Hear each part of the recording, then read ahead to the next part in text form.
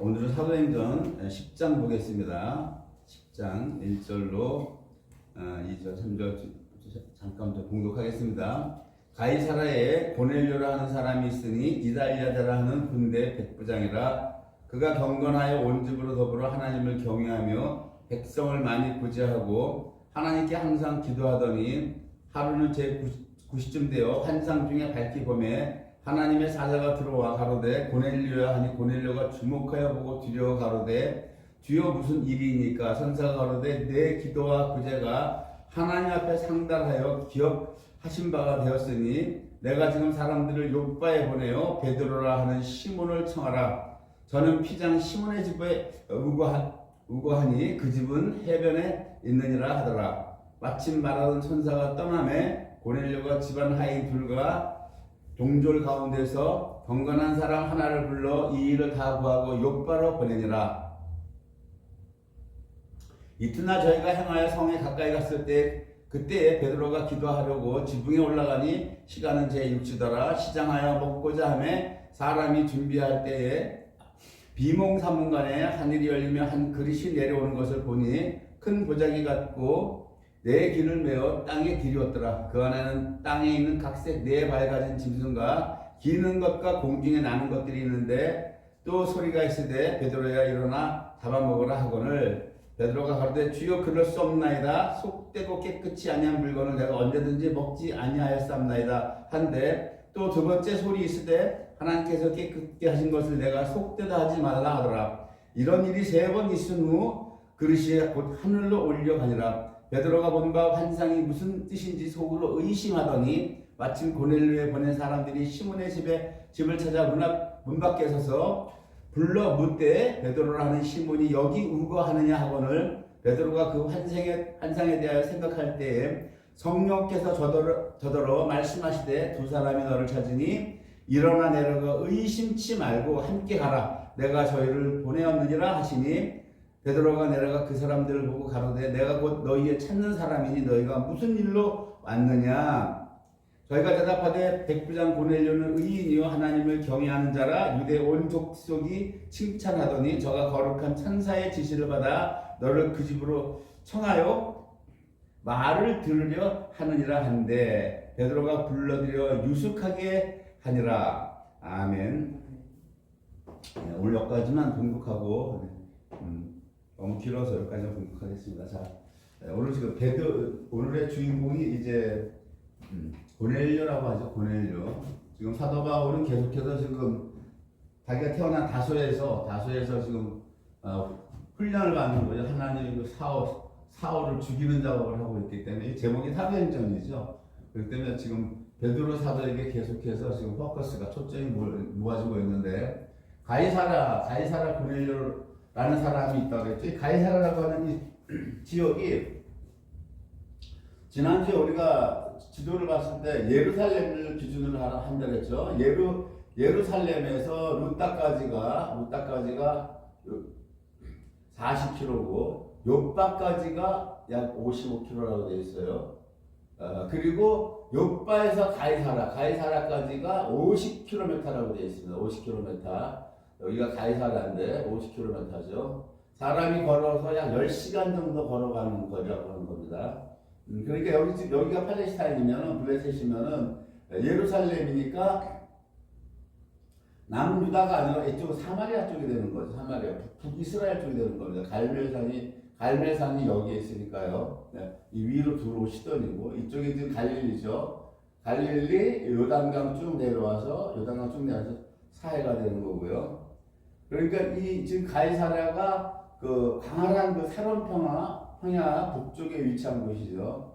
여기 헤롯이 BC 25에서 13년 이곳에 항구 도시를 건설했어요. 그래서 여기 항구가 있습니다. 항구가 배가 들어왔다가 이제 정착할 수 있는 로마 황제 그 카이사르 시저를 존경하는 의미에서 가이사라라고 이름을 지었는데 이 뜻은 그 가이사의 성이라는 그 뜻이고요.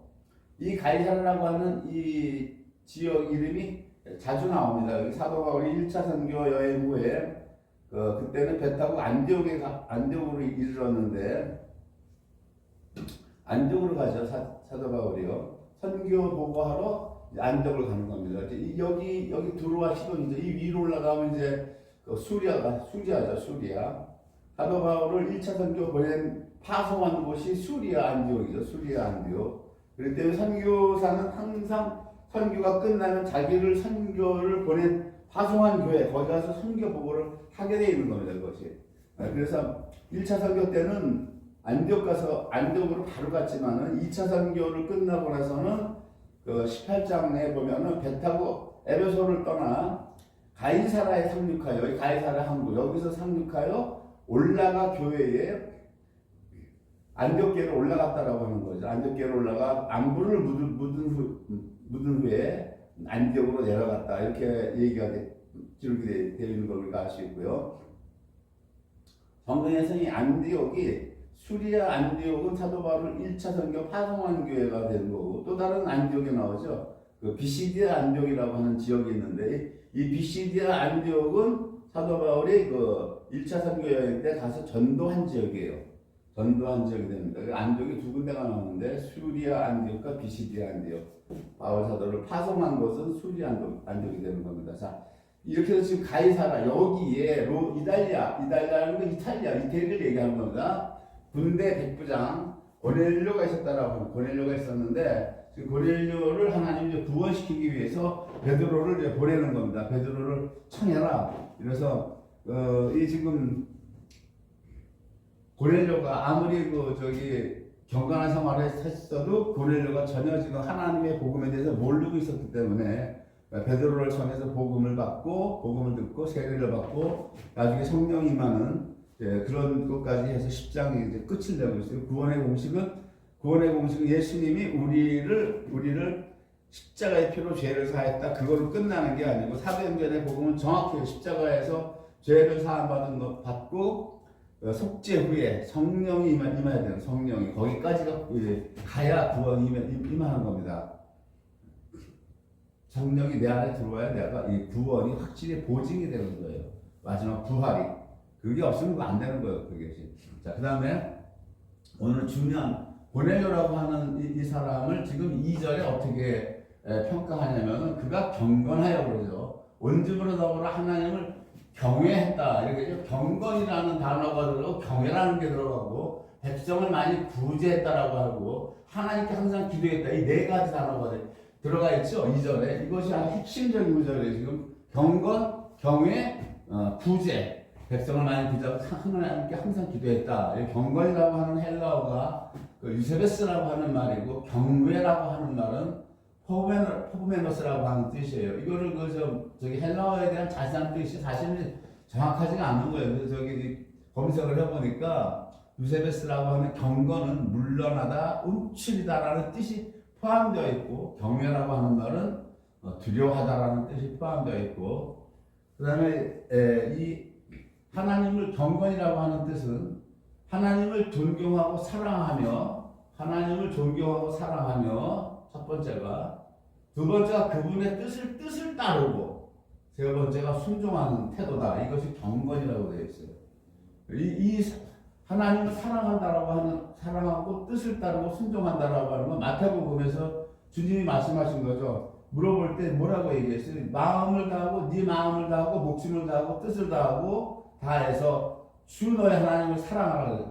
그러니까 경건에 하나님을 사랑한다라는 것이 들어가 있는데 유세베스라는 말에 하나님을 사랑한다는 말이 들어간다는 것은 그냥 어떤 추상적 사랑이 아니라 예수님이 말씀하신 마음과 목숨과 뜻을 다하는 것이 주 하나님을 사랑하는 거고 주 하나님을 사랑하는 거고 그 다음에 두 번째 내 이웃을 내 몸처럼 사랑하라.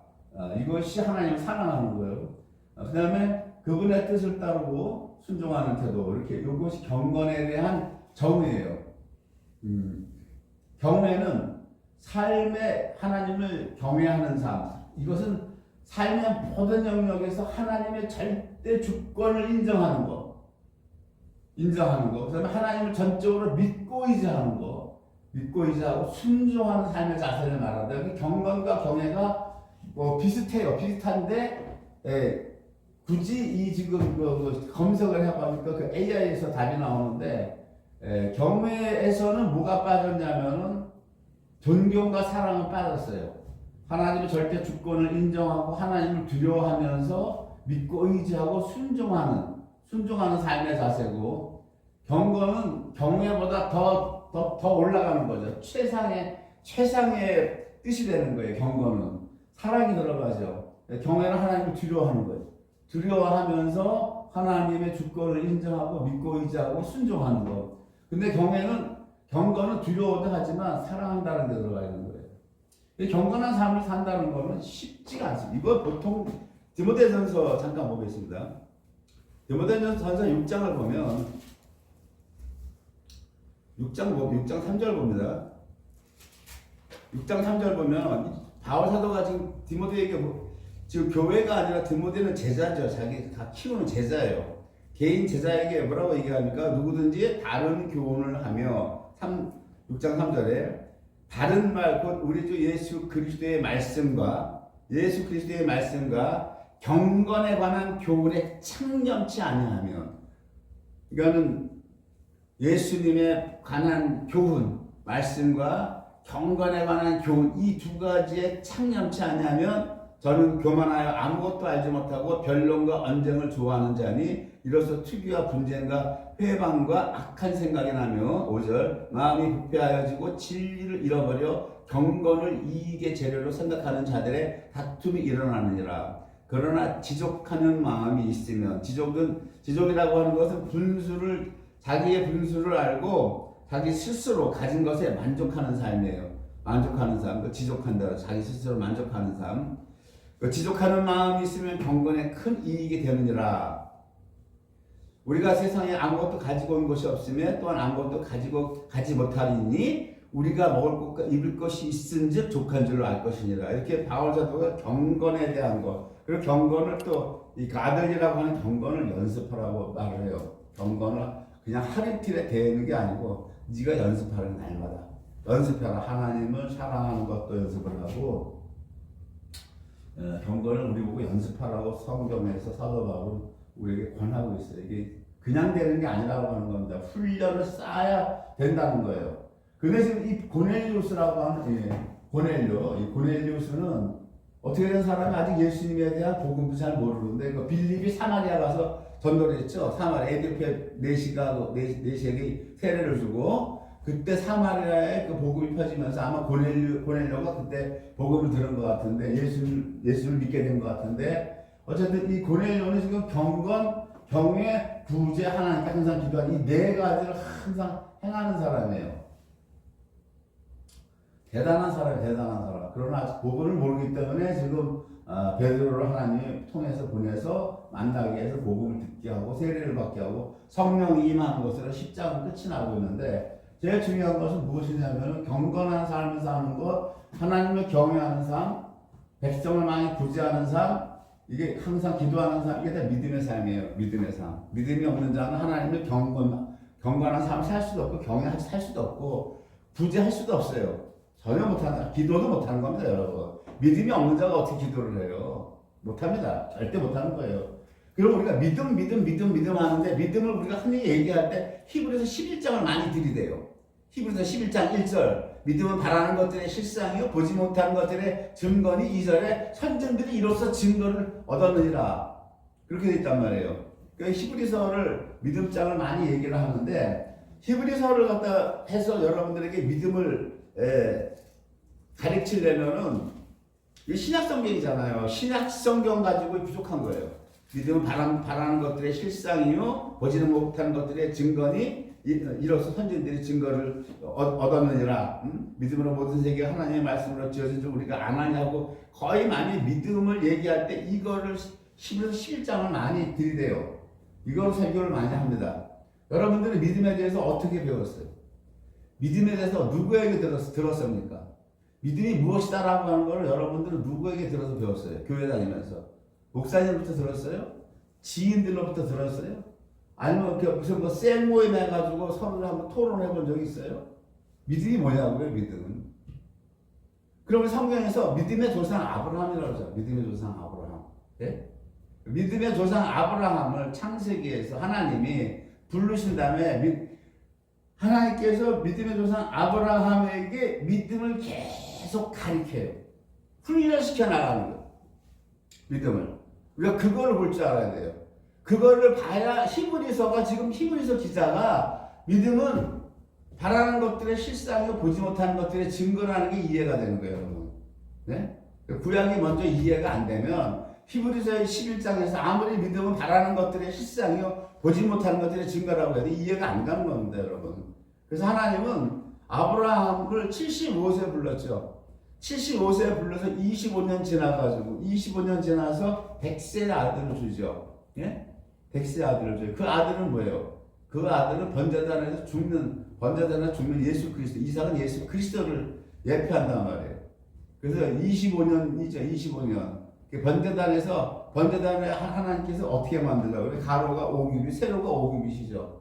5규빗. 5 곱하기 5는 25죠. 번제단의 그 번제단의 규격을 말씀할 때 광이 5규빗, 뭐가 5규빗 해가지고 폭이 5규빗 해갖고 그러니까 5 곱하기 5는 25죠. 그러니까 25는 왜 죽는 거예요? 예수님은 죽는 거예요. 번제단에 우리 죄를 위해서. 그래서 아브라함을 75세에서 부르고 아들을 25년 딱 되는 100세에 두신다고. 자, 근데 아브라함은 어떻게 믿음의 훈련을 가르치기 전에 항상 아브라함은 내가 왜 너를 믿음의 훈련을 가르치는 줄 아니? 믿음의 훈련을? 그걸 말씀을 해요. 12장부터요. 12장부터. 계속 내가 하나님의 목적 없이 계속 날 믿어? 난 하나님이야? 너 내 이름을 영화롭게 해? 뭐 이렇게 훈련시킨 게 아니라 하나님은 목적을 두고 훈련을 시켰는데 12장이죠. 첫 번째 뭐예요? 12장에 아브라함에게 내가 지시할 땅으로 가라. 땅으로 가라. 가나안 땅, 그 땅 가라. 그 다음에 12장 2절 너로 큰 민족을 이루고 어디에서? 그 땅에서 네 이름을 창대케 하겠다. 응? 너는 복의 근원이 될 것이다. 복의 근원. 왜 복의 근원이 돼요? 네 이름을 창대케 하겠다는 건 뭡니까? 여기서 어떻게 이루어졌어요? 아브라함이 믿음의 조상이 되죠. 너로 큰 민족을 이룬다는 거 이루어졌어요? 안 이루어졌잖아요. 이스라엘 민족을 하나님 만드셨죠. 처음에 아브라함 하나인데 250만 명 출애굽할 때 250만 명 만들었죠. 이름을 창대케 하겠다. 믿음의 조상을 만들었어요. 너는 복의 근원이 된다는 게 뭐예요? 왜 복의 근원이에요? 복의 근원이 누구예요? 복의 근원 찬송가에 있죠. 찬송가 3장인가? 몇 장이에요? 복의 근원 강림하사 찬송하게 하소서 있죠? 복의 근원은 예수님이에요, 여러분. 예수 그리스도라고. 복의 근원은 아브라함이 아니에요, 여러분. 예수님이 복의 근원인데 그 예수님이 어디로 오냐고요? 아브라함과 다윗의 혈통으로 오시잖아. 그래서 너가 복의 근원이 된다는 거예요. 예수님이 아브라함의 혈통으로 육신의 자손으로 오시기 때문에 너는 복의 근원이 된다. 하나님은 축복의 말씀을 탁 던져주시고 나서 이제 이 축복의 그릇을 받을 그릇이 되기 위해서 믿음의 훈련을 시키는 거예요, 여러분. 그냥 시키는 거 아니야. 괜히 믿음이 왜 필요하냐고. 괜히. 뭐 심심풀이 땅콩으로 믿음이 필요한 거냐고. 축복의 말씀으로 하면서 이 축복을 너가 받을 그릇이 돼야 돼. 그 믿음의 훈련을 시키는 거예요. 거기서 이제 아브라함이 나올 때 조카 롯을 데리고 나오죠. 그 롯은 이방을 얘기하는 거예요.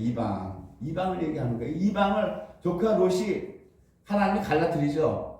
물 때문에 양들이 먹을 물이 없어서 우물이 부족해서 갈라지죠. 그 이방의 구원도 보여주죠. 소돔과 고모라 망할 때 그냥 도망가서 이방의 구원이 창세기를 하나님이 이사야서 46장 10절에 뭐라고 그래요? 내가 종말을 처음부터 창세기에서 보였다라고 하는데 창세기는 시작의 책이면서 곧 종말에 관한 책이에요. 우리 이방은 나중에 롯처럼 구원받아.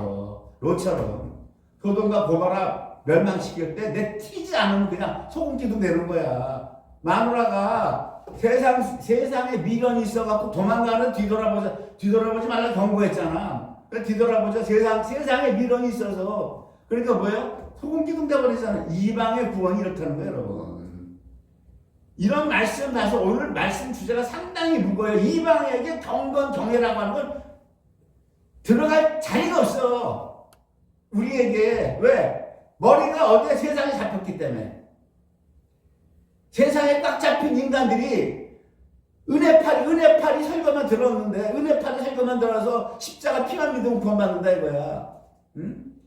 그런데 무슨 경건과 경애가 어딜 들어올 자리가 어딨냐고. 그래서 보내려면 이방인이잖아, 이방인. 근데 하나님이 지금 택한 아브라함을 믿음의 훈련을 하나 시키는 거예요. 시키는데 첫 번째가 어디서 시키냐면은 축복의 말씀을 딱 던져요. 던질 때 내가 롯과 헤어지고 난 다음에 딱 불러가지고 아브라함을 자식들을 두 가지로 만든다 그러죠. 땅에 티끌처럼 만들겠다. 그러죠. 네 자식들을. 그 말씀대로 땅의 티끌같이 이스라엘 족속들은 이스라엘 역사 내내 우상숭배하고 사는 거예요. 그 다음에 텐트에는 아브라함은 그 13장이라고. 13장에 네 자손을 내가 티끌처럼, 땅의 티끌처럼 만들겠다. 그 다음에 15장에서는 텐트에 있는 아브라함을 데리고 나오다. 이 나와라 해서 하늘의 묵별을 봐. 내가 네 자식들을 이렇게 하늘의 묵별처럼 만들 거라고요. 그죠? 항상 하나님은 하늘의 묵별처럼 만들기 축복의 말씀을 딱 던져주시고 그 다음에 훈련을 시켜요. 그죠? 그 다음에 네 자식을 하늘의 묵별로 만들기 위해서 너 나한테 제사 지내. 그러죠? 동물, 그죠? 수양과 수염소가 쭉 열거를 하죠. 그거를 레위기랑 짝을 지어서 맞춰보면은 짝 지어서 맞춰보면 하나님이 레위기에서 원하는 제물들이 있는데 아브라함에게 명한 그 제사가 번제, 화목제, 속건제, 속죄제예요. 속죄제인데 화목제, 속건제, 속죄제는 통과를 해요. 아브라함이 그 고기들을 다 찢었어. 다 쪼갰다고.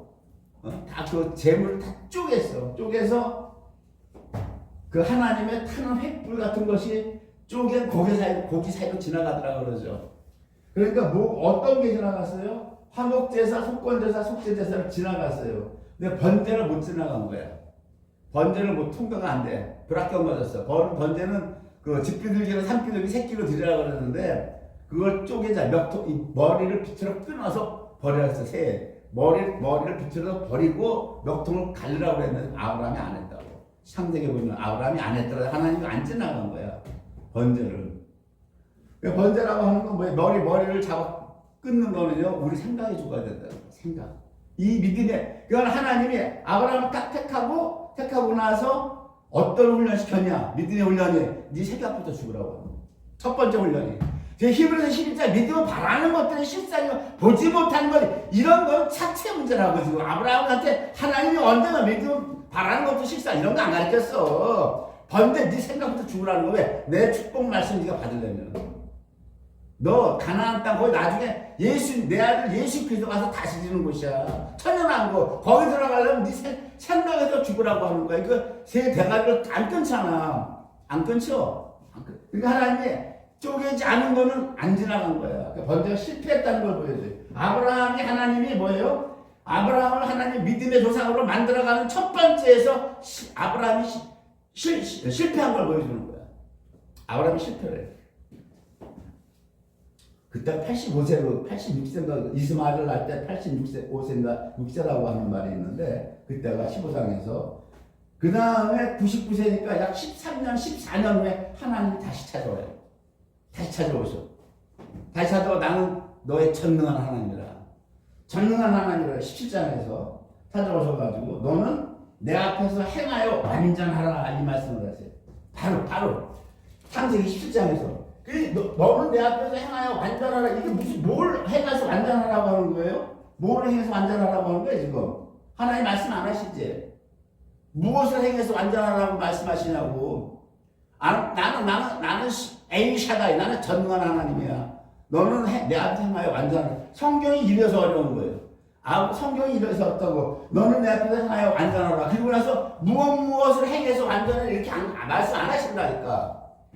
그리고 뭐를 행해서 완전하라고 하는 거냐고 지금. 무엇을 말씀 안 하시죠. 근데 하나님 그거 계속 말씀하시는 거. 이제부터 여기서 또 축복의 말씀을 또 해요. 하나님 아브라함을 어떻게 지금 말씀을 하십니까? 너 전에 번제 실패했지. 이렇게 안 따져요. 네? 그거 안 따진다고. 13년, 14년 후에 찾아오신 거야. 번제 실패하고 나서, 헷버렸냐 실패하고 나서 아브라함 99세 때 찾아오셨으니까, 거기 창세기 15장에 보면 그때 이스마엘을 낳다가 86세인가 85세야. 그러니까 99세니까 14년 후에 찾아오셨다고 보고, 그때 14년에 오셔서 지나간 번제 실패한 거를 책망치 아니하시고 또 축복의 말씀을 또 하시는 거야, 하나님이. 뭐라고 축복의 말씀을 하세요? 너는 열국의 아비가 될 거고 네 아내는 열국의 어미가 되게. 이름부터 바꿔줘. 아브라함을 아브라함이라고 라함이라고 바꿔요. 그죠? 이름 바꿔주죠. 이름 바꿔준 다음에 그 다음에 뭘 얘기해요? 그 다음에 너와 네 집안 남자들 전부 할례받아라. 죽으라고. 할례를 죽는 거죠. 번제 얘기하는 거야 지금. 햇불어냐 때 통다 못한 머리가 죽는 건데, 이제 이거는 머리가 죽는 게 아니라 이 번제는 뭐야? 자아가 언제 죽는 거야? 완전 다 죽는 거야. 그러니까 하나님이 아브라함을 어떻게 훈련시켜요? 창세기 12장부터 축복의 말씀을 내가 너 이것 때문에 불렀어. 이 축복 주려고 불렀는데 제사 지러 그 실패했지. 창세기를 잘 보세요. 하나님은 아브라함을 어떻게 훈련시켜 나가나. 그 다음에 17장에 다시 오셔서 할례받아라. 그러니까 17장에 뭐라고 그래요? 아브라함이 17장에서 보면 그날 자기의 권속들과 함께 다 할례를 행하고 행했더라. 이게 17장 이거로 끝나는 거야. 17장이. 그러면 하나님이 너는 내 앞에서 행하여 완전하라고 하는 그 첫 번째가 할례예요. 무슨 얘기인지 아셨어요? 너는 내 앞에서 행하여 완전하라고 말씀을 무거운 것이라고 말씀 안 하시는데 아브라함과 대화 속에서 그걸 가르쳐 주는 거예요. 여러분들 성경 그걸 볼 줄 알아야 돼. 이거 기도 안 하면 절대 안 돼. 창세기 골몇 번이거든. 무릎이 승부라고 내가 자꾸 얘기하죠. 무릎 꿇고 기도할 때 성령님이 가르쳐 주죠. 너는 내 앞에서 행하여 완전하라는 게 뭐냐? 첫 번째가 할래 죽으라고 하는 거예요. 우리가 예수 믿는 사람들이 첫 번째 행하는 건 뭐다? 죽는 거야. 죽지 못하는 자는 경외하는 삶, 하나님을 경배하는 삶 절대 살 수 없어. 못 살아. 그럼 뭐다? 축복 날아가는 거야. 아무리 하나님이 축복 말씀 줘도 그 축복 받으려면 네가 이거를 행해야 된다는 거야. 행하지 않으면 축복 못 받는다는 거를. 첫 번째가 죽으라고 하는 거야. 너는 내 앞에 행하여 완전하라. 예, 죽죠. 왜 전능한 하나님이라고 그래요? 하나님이 너 실패했잖아. 번제 실패했지. 너는 못해. 아브라함 네가 할례를 행하는 것도 아브라함이 했어요. 하나님이 찾아가서 뭐 억지로 명령해서 할례를 행하게 했잖아. 할례를 해갔잖아. 그러니까 누가 죽였어? 하나님은. 하나님이 죽였지. 죽는 것도 내 마음대로 못 죽는 거야, 여러분. 하나님이 죽여야 죽는 거야. 이거 보여주는 거야. 지금 너는 내 앞에서 행하여 완전하라고 그러는데 내가 암만 사카닥치라고 하려도 안 되는 거야. 하나님이 14년 후에 찾아가서 죽여버리는 거야. 할례를 행했다고 창세기 17장 여러분들 직접 찾아서 읽어보시라고. 그날에 아브라함과 그 온 집안 남자들이 다 할례를 행했더니 이거를 끝난단 말이에요. 여러분. 행했다라고 하는 거는 아브라함이 이제 통과했다라고 하는 거예요. 과거에 실패한 번제가 이 17장에서 통과했다라고 하는 거예요. 지금. 네? 그 다음에 이번에 너는 내 앞에서 행하여 완전하라가 두 번째 하나가 또 있어. 그건 17장에서 말씀 안 하시고 18장에서 말씀하시는데 왜 18장에서 말씀하시느냐? 이제 네가 번제가 할례가 통과됐기 때문에 이제 말씀하시는 거야. 그래서 18장에서. 근데 18장에서는 어떻게 오시 하나님이 두 천사 같이 대동하고 와. 그치 혼자 안 오시고, 응? 아브라함이 얼뜻 보고 그냥 불러들여서 버터와 치즈와 막 송아지를 잡아서 막 대접을 하죠. 대접을 하고 하나님 두 천사가 먹지. 아브라함은 모셔섰더라. 이렇게 모셔섰더라. 이렇게 되어 있는데, 그 18장에서 두 천사가 오신 이유는 뭐다? 이 두 천사는 소돔과 고모라를 멸망시키러 데리고 온 거야, 하나님이. 18장 이거 보면 소돔과 고모라를 멸망시키러 데리고 오셨고, 아브라함에게 그 음식을 다 잡숫고, 하나님이 뭐라고 아브라함에 얘기하냐면은, 이제 너는 내 앞에 행하여 완전하라. 이게 두 번째가 들어가는 거야, 이제. 첫 번째 죽으라는 거 통과됐죠. 통과되니까 18장에서 두 번째. 너는 내 앞에 행하여 완전하라. 이 두 번째. 이게 우리가 하나님이 아브라함을 훈련시킨 우리가 죽고, 우리가 번제가 완성되고, 오늘 지금 18장에서 말씀하신 이게 우리가 완성이 되면 우리가 하나님을 경외하는 삶, 경건하게 하는 삶을 합격되는 거야. 이래서 믿음의 조상이라고 하면 여러분이 뜬금없이 믿음의 조상 아브라함이 아니고 어떻게 아브라함을 믿음의 조상을 만들었는가, 뭐를 만들었는가, 그 내용이 뭔가를 알아야 될 거냐. 말로는 믿음의 조상이래 아브라함이.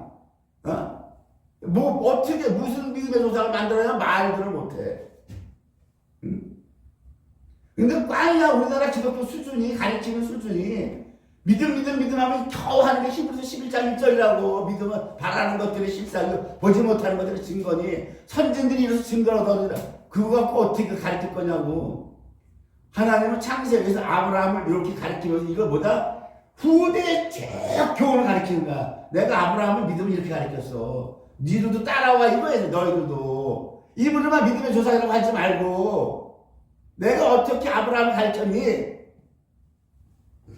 18장에 보면은 17절에 음식을 다 잡수시고 뭐라고 말해요? 여호와께서 가라사대 나의 하려는 것을 아브라함에게 숨기겠느냐 이거 뭘 하시겠다는 거야? 나의 하는 거를 아브라함에게 숨기겠느냐? 그 다음 절이 하나님이 하시겠다는 18절이 아브라함은 강대한 나라가 되고 천하 만민은 아브라함을 인하여 복을 받게 될 거 아니야. 창세기 12장 아브라함 불렀을 때 그 내용과 똑같은 내용이에요. 너는 강대한 나라가 되고 천하 만민이 너를 통해서 복 받는 거, 그게 나의 하라는 거다. 나의 하라는 걸 내가 너한테 숨기겠니? 내가 너를 부르는 것. 지금 아브라함 99세에 75세에 부르셔가지고 99세 24년 지나서 왜 내가 너를 불렀는지 이제 말씀하시는 거예요. 내가 왜 너 거기 사는데 불러서 저 땅 가라, 가나안 땅 가라 하는 거를 불렀을 때 말씀 안 하시고 24년 지나서 말씀하시는 거예요. 지금 내가 너를 부른 것은 네가 강대한 나라가 되고 천하 만민은 그를 인하여 복받게 될 거 아니야. 이거를 하시겠다. 이걸 내가 너한테 숨기지 않겠다고 하는 거예요. 그 다음에 말씀이 뭡니까? 그 다음에 19절이 이제 중요한 거야. 이제부터 중요한 거야. 이 19절 말씀이 너는 내 앞에 행하여 완전하라고 하는 두 번째 항목이 되는 거야. 이것이 19절이 첫 번째 죽으라 번제, 죽으라고 할 때마다 죽으라고 하는 것과 그 다음에 19절이 뭡니까? 내가 그 자식과 건축에게 명하여 여호와의 도를 지켜 의와 공도를 행하게 하려고 너를 택했다. 이게 여호와 이거를 히브리어로 봐야 돼. 이거 개역 성경으로 해석이 안 되는 거야. 예후와 내가 너를 권석에게 명하여 여호와의 도를 지키겠다는 거야. 여호와의 도. 여호와라고 하는 이 히브리어는 뭐예요? 요드해 바브해 요드해라고 하는 거 뭐예요? 판손이 십자가에서 죽는데 해가 성령이죠. 왜 예수라고 안 되고 성령으로 나와요? 성령이 육체로 오셨잖아. 성령이 육체로 오셨잖아. 예수님으로 오셨잖아. 아들을 낳은 이름 예수를 지어라. 성령이 마리아에게 덮어서 지극히 높으신 이의 능력이 너를 덮어서 나온다. 그러니까 예수님 죽었다고 안 그러고 히브리어는 정확히 성령이 죽었다라고 나오는 거야. 그 다음에 바로 모세 죽고 편손에 못이 박혀서 죽고 여기 또 해가 또 나오죠. 이 해는 뭐예요? 성결의 영으로 부활하신 거예요. 성결의 영으로. 이것이 여호와의 이름이야. 여호와의 이름이 인류를 위해서 십자가에 못 박혀 죽으시고 다시 성결의 영으로 부활하는 것. 이것이 여호와. 이것이 예후와 이 뜻이란 말이에요. 근데 여기 여호와 도는 뭐야? 도라고 하는 때레크라고 하는 거는 구약으로 율법이에요. 율법인데 이 때레크라는 것은 앞에 카프가 붙어요. 카프가 붙어서 이 율법이 바뀐다라고 하는 거예요. 율법이. 구약의 율법이 여호와의 도가 신약의 율법으로 바뀌죠. 신약의 율법으로 바뀌는 거예요. 그래서 예수님이 율법을 산상수에서 다시 설명해 주죠. 산상수에서 다시 설명해 주는 거예요. 그것이 바뀐다라고 하는 건데, 카프 변환된다라고 하는 거예요. 여호와의 도가. 지금 신학에서는 어떻게 가르쳐? 십자가의 피로 구원받았고 율법은 폐했다 끝났다 이렇게 가르친다고. 그러니까 전혀 다 장님이야. 장님. 율법 지킬 것도 없다라고 하는 거야. 성경은 뭐라고 그래? 지금 여호와의 율법 지키라고 하는 거야. 너 축복받은 그릇되기 위해서. 하나님은 이렇게 말씀하는데 신학 대가리로 신학하는 칼빈 신학이니 감리교 웨슬레 신학이니 율법 다 끝났다고 가르친다고. 그러니까 신학이 사람 죽이는 거라니까. 신학이 사람 죽이는 거라고. 그다음에 뭐냐? 여호와의 도가 율법이에요. 그래서 율법을 폐했다 끝냈다고 그러는데 예수님은 절대 안 끝났다고 그러고 예수님은 사상 중에서 뭐라고 그래요? 천지가 없어지만 있어도 율법의 1.1획도 변하지 않는다. 없어지지 않는다. 예수님이 이렇게 말씀했는데 신학은 뭐예요? 신학이 예수님 가르쳐? 신학이 칼빈이 예수가 그냥 우하고 다 쫓아가는 거예요. 어? 의와 공도를 시켜라. 의와 공도. 공도는 미시파트예요. 공도는 심판인데 의라고 하는 이 체다카가 무슨 뜻이냐?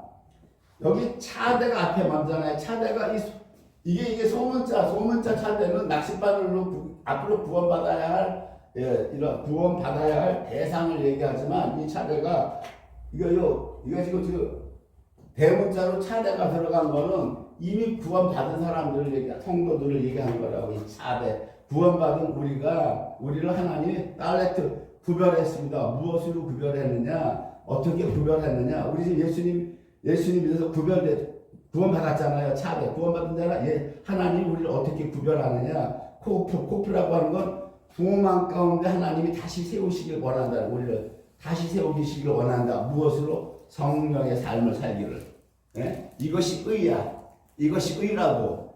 우리가 구원받았으니까 땡 났다. 율법은 끝났다. 잘 처먹고 잘 살자라고 설교를 내까지 하는데 그래서 형통신학, 기복신학, 성공신학으로 냈다 갈겼는데 하나님은 지금 이 의라고 하는 체다카가 뭐냐면 구원받은 너희를 하나님은 소망 가운데 삶을 다시 세우시는 거. 어떤 소망 가운데 다시 세우시느냐? 성령 따라 사는 사람. 로마서에서 바울에서 계속 성령 따라 살아라 얘기하는 거란 말이에요. 그것이 의라고 하는 거예요. 한문으로 의는 뭐예요? 나아자죠, 나아자. 나아자 왜 양양자잖아, 양이 어린 양 예수님 얘기하면 예수님 양이 내 위에서 나를 다스리는 거. 이게 의란 말이야. 이 의의 삶을 사는 거. 근데 이 코프라고 하는 이 단어가 또 다른 뜻이 있는데 이게 뭐냐면 바늘깃처럼 어렵다라고 뜻이에요. 성령 따라 사는 삶을 하나님의 소망 가운데 다시 세우시길 원하는데 이 코프라는 이 단어에 뭔 뜻이 들어가 있느냐? 바늘깃처럼 어렵다. 고난이다. 왜? 갈라디아서 5장 17절에 뭐라고 그래요? 육체의 소욕과 성령의 소욕 이 둘이 서로 대적해서 우리 속에서 날마다 싸우고 전쟁이 일어나. 육체의 소욕과 성령의 소욕이 싸우는데 육체의 소욕이 이겨버리면 못 사는 거야. 성령 따라 못 살아. 이래서 그 낙타가 반에 끼어 들어간다 그러죠. 이렇게 힘들다라고 하는 겁니다. 이것이 제다카 의의 삶을 산다는 것이에요. 미시파트 이 두 가지 우리가 죽고 날마다 죽고 의의 삶 성령 따라 사는 삶 이 두 개를 사는 게 지금 여호와 하나님이 아브라함 99세에 나타나셔서 하시는 말씀 너는 내 앞에서 행하여 완전하라야. 이 뜻이 네? 무슨 얘기인지 아셨어요? 내가 너는 내 앞에 행하여 완전하라를 그렇게 수없이 읽어보면 이게 도대체 무슨 뜻인가? 왜 말씀을 안 하시나?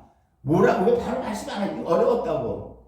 기도를 하니까 성령님께서 가르쳐 주시길 어떻게 가르쳐 주는지 알아? 내가 아브라함을 처음에 12장에 불러서 걔를 어떻게 끌고 훈련시켰나를 보라는 거. 다시 읽어서 성경을 쫙 읽으니까 이게 잡혀와. 성령이 조명을 해주니까 이렇게 조명해 나가셨구나. 행하여 완전하라가 뭔가 이걸 계속 보니까 이게 어디 가서 팍 꽂혀버리냐면은 여기서 할례에서 딱 끝나는 거야. 이게 할례를 행하는가? 내가 죽는 게 행하여 완전한 거기 첫 번째로 뭐냐. 두 번째가 뭔가 18장에서 소돔과 고모라 멸하러 가죠. 이거 내가 죽지 않고 성령 따라 못 사는 사람들 소돔과 고모라는 그렇게 못 살게 당연히 육신대로 살고 육신대로 뒷조대로 꼴리는 대로 사는 거야 막말로. 그래서 소돔과 고모라가 성탈락이잖아. 막 동성간 그러니까 성이 타락이 갈 때까지 가니까 이제 남성과 남성끼리 하고 난리가 아니야. 그러니까 이게 뭐다? 그거를 하나님보다 여호와의 도를 지켜 의를 살지 못하는 자 죽지 못하는 할례가 안 되는 건 어떤 개인이고 사회고 국가고 뭐 싹 다 죽인다. 이게 소돔과 고모라. 내가 종말을 미리 보였다. 종말을 앞으로 예수님 재림할 때에 지금 소돔과 고모라가 아니라 이 지구상의 모든 세계가 여호와의 도를 지켜 의대로 살지 못하고 죽지 못하면 다 멸망이라는 거야. 소돔과 고모라 사람. 이래서 내가 종말을 창세기 미리 보였어. 예수님 올 때 여러분들이 창세기 읽을 때 우리가 소돔과 고모라 옛날 뭐 구약 때 심판 받았다 이렇게 하면 정말 닥쳐오는 거야 우리에게는. 지금 이 심판이 이대로 못 살면 내가 아브라함을 이렇게 내가 훈련을 시켰어. 이거 지금 믿음의 조상 말로만 믿음의 조상 믿음의 조상이 뭔다 말대로 못해. 성경은 백날 읽으면 꽝이야 꽝. 말짱 도롱기라니까. 그러니까 목사들이 얼마나 당신대로 사기치기 좋아. 복 받아라 잘 먹고 잘 살자고 축복만 남발하면 좋아서 해 벌리고 앉아가지고 이거 지금 이게 하나님이 이렇게 미시파트 의와 공도는 미시파트는 심판인데 이게 무슨 뜻이냐고. 바보맨이야. 왜 바보맨? 진리가 죽었어. 진리가 죽고 뭐만 발산한다. 입에서 태투뱀 뱀의 말만 나와. 이건 하나님 심판이라고 하는 소돔과 고모라. 진리는 내 안에 죽고 없어. 그리고 뭐다? 내 입에서 뱀의 말만 해. 왜 뱀의 말만 해요? 진리가 누가? 진리가 예수잖아. 예수가 내가 뭐 진리라 했잖아. 진리는 죽고 세상말, 이 세상 임금이라고 했잖아. 이 세상 임금. 세상을 뱀이 잡고 있잖아. 세상 말만 하면 그게 뱀의 입이라고 하는 거예요. 세상 유행이 어떻다, 뭐가 어떻다, 뭐 연예인이 어떻다, 이 말만 하는 게 이게 뭐다? 이게 테드페야. 이게 테드페. 뱀의 입. 그러니까 이렇게 되면 심판이라고 하는 겁니다, 여러분. 오늘 중요한 거는 지금 고넬료가 구원받아요. 구원받는데 제일 중요한 건 뭐다? 지금 고넬료가 경건하여 온 집으로 더불어 하나님을 경외했다. 이건 뭐다? 죽었다라고 하는 거야. 자기가 죽었고 하나님의 그런 구제대로 구제. 율법을 지키는 거. 율법. 하나님의 율법을 지킨다고요. 율법이 폐했다고? 신학도 그렇게 가르치니까 다 율법 폐한 줄 알아. 율법이 폐했으면 종말론에서 하나님께서 달란트 비율을 왜 하시냐고. 달란트를 받아가지고 장사해서 이득을 남는데 달란트가 뭐예요? 이웃사랑이야. 여러분들에게 하나님이 달란트를 주셔가지고 그것을 이웃을 섬기게 하는 이웃사랑이 율법이잖아. 복음은 율법의 완성이란 말이야. 복음은 율법을 폐하는 게 아니라 율법을 완성시키는 게 복음이라고. 성령 따라 사는 삶이 율법을 완성시키는 거란 말이야. 성령 따라 사는 삶이 율법을 폐하는 게 아니라 이거 전부 다 거꾸로 가르쳐놔갖고